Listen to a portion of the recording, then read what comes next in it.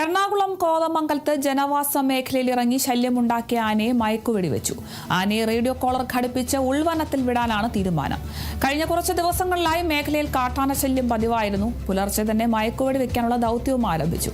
Assistant forest veterinary officer doctor ബിനോയുടെ നേതൃത്വത്തിലുള്ള സംഘമാണ് മയക്കുവെടി വെച്ചത്.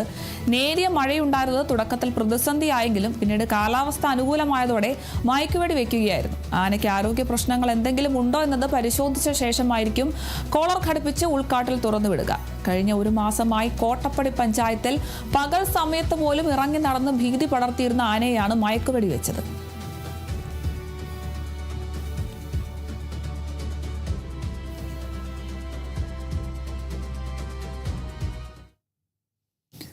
മലപ്പുറം വെട്ടിച്ചിറ ടോൾ പ്ലാസയിൽ സംഘർഷം. ടോൾ പിരിവിനെ ചൊല്ലി വാഹനയാത്രക്കാരും ടോൾ പ്ലാസ ജീവനക്കാരും തമ്മിലുണ്ടായ തർക്കമാണ് സംഘർഷത്തിൽ കലാശിച്ചത്. യാത്രക്കാരന്റെ കാറിൽ ഫാസ്ടാഗിൽ ക്യാഷ് ഇല്ലാത്തതുമായി ബന്ധപ്പെട്ട് തർക്കമുണ്ടാകുകയായിരുന്നു.